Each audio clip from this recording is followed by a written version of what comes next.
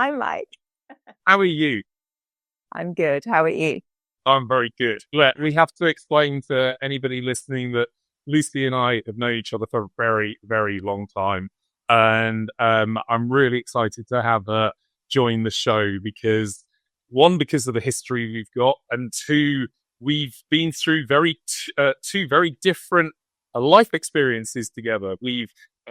We've collaborated on strategies and marketing, and Lucy has helped me navigate through my crazy head. Not that crazy, Mike. Um, oh, thank you. That's so kind of you. But hey, look, let's. It would be great for you to just introduce yourself and tell us a little bit about that kind of very different, two different careers, basically. Mm. Well, first of all, it was just really lovely to hear the end of Orlando's piece there about Ian McGilchrist. I can second that. Incredible um, author and speaker. And yeah, and he talks a lot about the mind and the brain and what it means to be human. So that was really lovely Oh, listening to cool. him. Yeah, so my name's Lucy. I'm a hypnotherapist. But my previous life, I was in advertising. So I was in the world of advertising for, well, almost 20 years. And I sort of left that world about 7 years ago and became a hypnotherapist. That sounds like quite a disjointed leap, but there was a red thread that sort of ran through the whole thing. I mean, I spent my whole life really being interested in the mind body connection. And that was really born out of my childhood, the things that I was dealing with, from a very young age. And then, of course, going into the world of advertising with all of its pressures, its demands.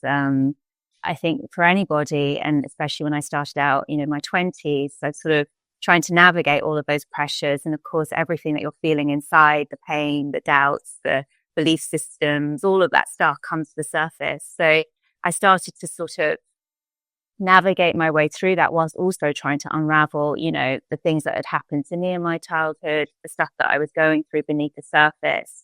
So that was really the beginning of in my 20s, this kind of exploration into this different field. And I just continued that exploration first as to understand myself and to help heal, I guess, parts of myself.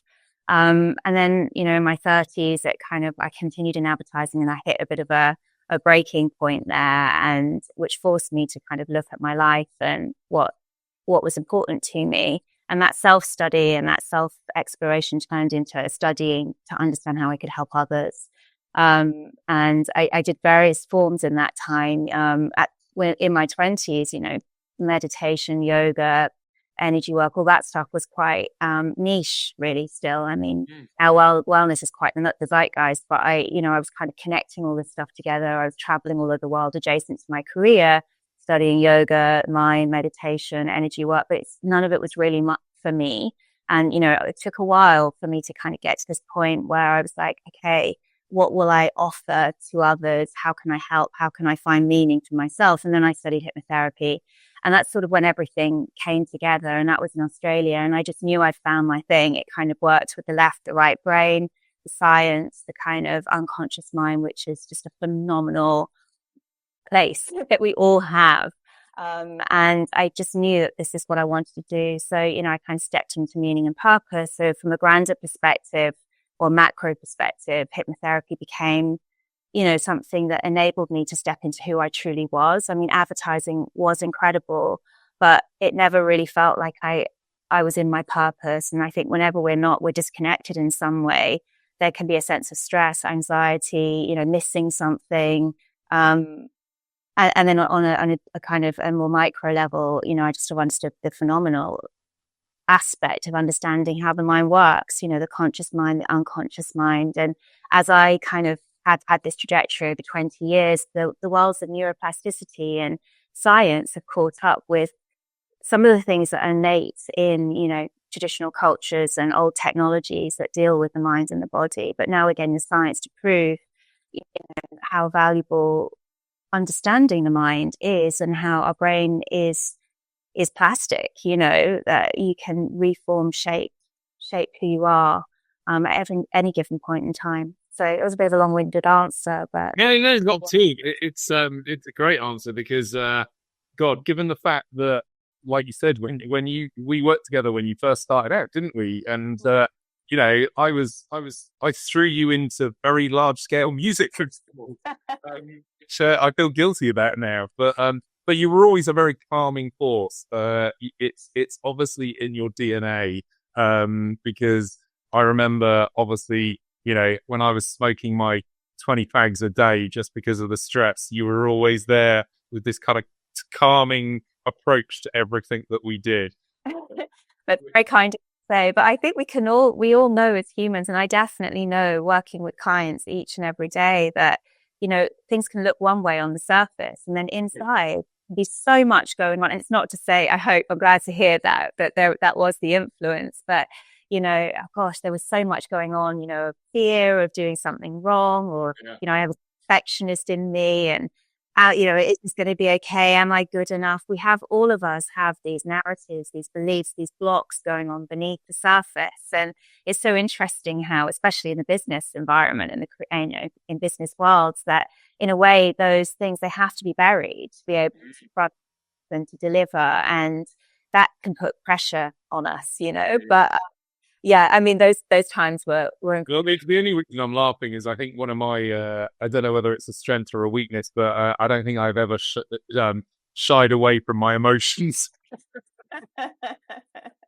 Maybe a bit too emotional, but let's get into it, because, as the title of this talk was, why when we are talking about business and marketing, have I got a wellness track, and why am I bringing a therapist into a kind of conference formula?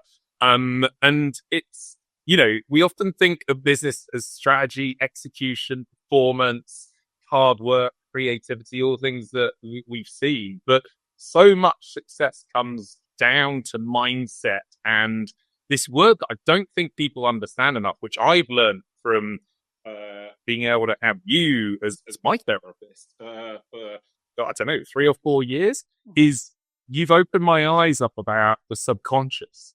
And I think I talk about it every day now. So can you just elaborate on it? It's like, why does a business person even need to consider their subconscious? Yeah. Well, I think everybody needs to consider their subconscious or their unconscious mind. I think the subconscious is often referred to as that sort of piece just between the deep unconscious and consciousness. And I think about that part of our mind as the unconscious. We need to know about it because, well, Freud used a really good analogy that if we think about our mind, using the analogy of an iceberg, and if you can imagine an iceberg being submerged beneath water, and it's sort of if you think about it as a whole, and 1/7 of that is the peak above water. That's the part that we see, and that represents the conscious mind. And the conscious mind is that tiny piece that we see. It's simply our current prioritized awareness. So what we're aware of in any given moment. And the conscious mind is really the part that we're mostly in. It's the decision, the rational, analytical part of us. Underneath is the unconscious, which holds our memories, our experiences, our automatic functioning. It's the part that, enables us to breathe. It controls our hormones. It's responsible for the fight, flight, freeze. It's where we hold all of our difficulties, but also all of our gifts. And so, pain and suffering and difficulty occurs when consciously we want to go somewhere. We're filtering, like, I want to go here, I want to go here. And the information that's being pulled out from the unconscious is not supporting that, because underneath, if there is trauma, if there is, difficulty, if there is fear, if there are negative beliefs or limiting beliefs, it's going to rise up and it's like, this is not connecting. So you might want to be confident and, win a big business meeting, but then underneath you're feeling not good enough because of something that happened to you in childhood. And the unconscious is so powerful that, that's our default, that's our automatic functioning. And it's said that the 5% is where most of us are operating. We're desperately trying to change, we're rationalizing, we're willing. But underneath the unconscious, that's the 95% that is actually driving us, So if you want change and you're not able to achieve it from that conscious mind, you have to go to the unconscious. And one book that I always come back to, I think is so beautiful, is Man's Search for Meaning by Viktor Frankl.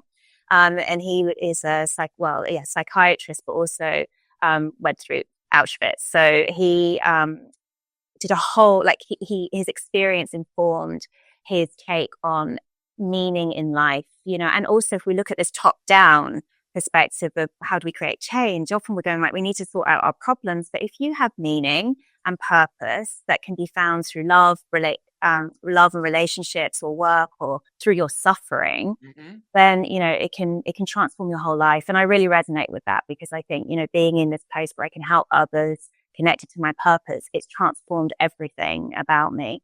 And you're amazing at it, Lucy. You've saved my mental mind on many occasions. You really have. No, I'm not. I'm not exaggerating.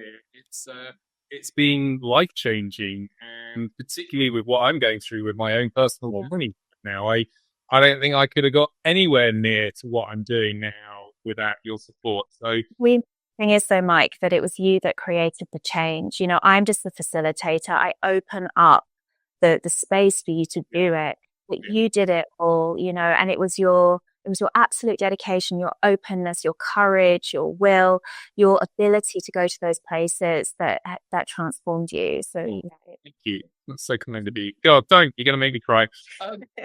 Emotional wreck that I am. So, Lucy, thank you so much. That was wonderful. I'm going to get you back because we haven't even talked about tactics. We really covered sorry, I hope I didn't. No. Look, I'm the curator, so it's not your fault.